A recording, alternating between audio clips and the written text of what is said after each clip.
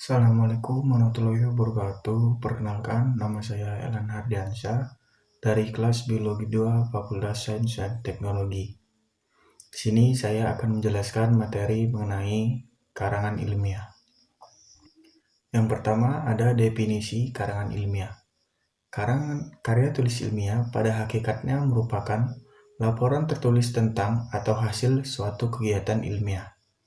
Sementara itu, kegiatan berpikir secara ilmiah sendiri hanya dapat dilakukan dengan cara meneliti fenomena yang menjadi subjek, mater atau sasaran penelitian berdasarkan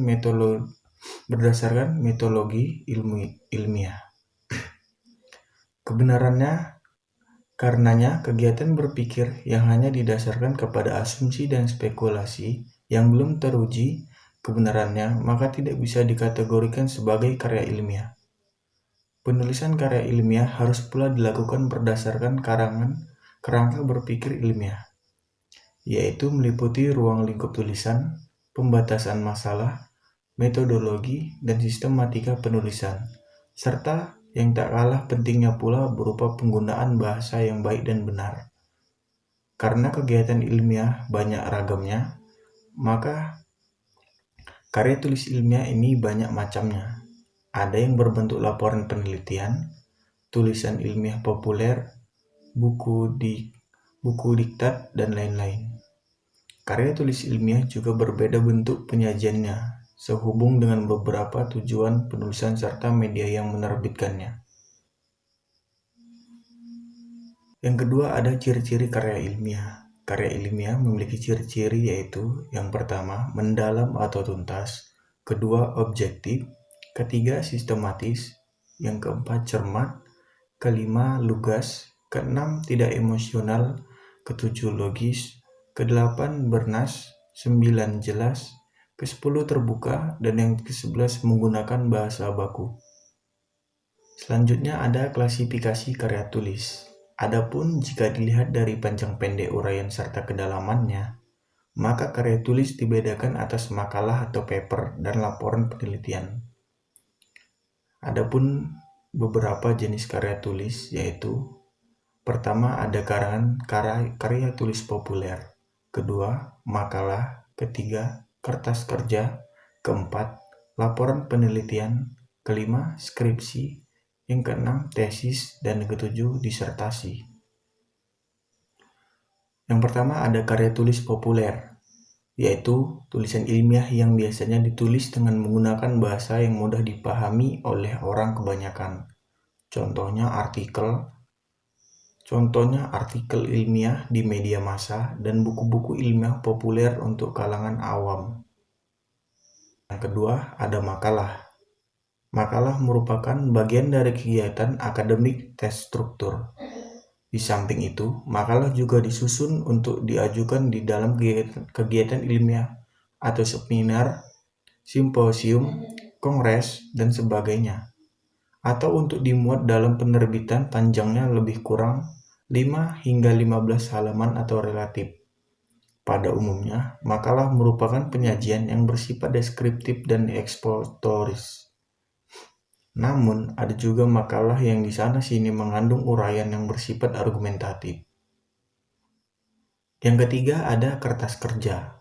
Kertas kerja ialah karya tulis ilmiah yang lebih bersifat mendalam daripada makalah dengan menyajikan data atau lapangan atau kepustakaan. Data itu bersifat empiris dan objektif. Yang keempat ada laporan penelitian. Jika dibandingkan dengan makalah, laporan penelitian ini lebih panjang, sekurang-kurangnya 70 halaman. Sesuai dengan sebutannya, laporan penelitian. Analisisnya lebih mendalam serta uraiannya lebih luas dan tuntas. Di dalam bagian pendahuluan dinyatakan secara eksplisit teori, metode, dan teknik yang digunakan di dalam penelitiannya. Juga dinyatakan sistematika penyusunan karya tersebut. Dalam beberapa hal, ada perbedaan teknik dan sistematika penyusunan makalah dan laporan penelitian. Walaupun demikian, biaya lembaga pendidikan, instansi penyelenggaraan pertemuan ilmiah, atau pengolahan penerbitan mempunyai persyaratan khusus tentang teknik dan sistematika ini. Yang kelima ada skripsi. Skripsi ialah karya tulis ilmiah yang mengemukakan pendapat penulis berdasarkan pendapat orang lain atau karya ilmiah. Karya ilmiah ini ditulis meraih gelar sarjana. Yang keenam ada tesis.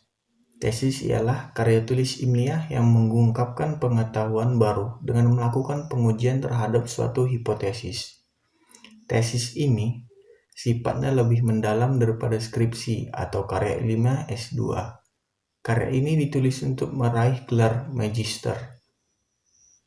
Yang ketujuh ada disertasi. Disertasi ialah karya ilmiah yang mengemukakan teori atau dalil baru yang dibuktikan berdasarkan fakta secara empiris dan objektif, atau karya ilmiah S3. Karya ilmiah ini ditulis untuk meraih gelar doktor. Selanjutnya ada langkah-langkah penulisan karya ilmiah. Ada beberapa hal yang harus diperhatikan. Yang pertama, pemilihan topik. Kedua, pembuatan outline. Yang ketiga, penggunaan bahasa. Keempat, kutipan atau kutipan langsung dan kutipan tak langsung. Kelima, daftar pustaka. Dan yang terakhir, penutup. Baik, sekian penjelasan dari saya. Apabila ada kekurangan, saya mohon maaf. Saya akhiri. Wassalamualaikum warahmatullahi wabarakatuh.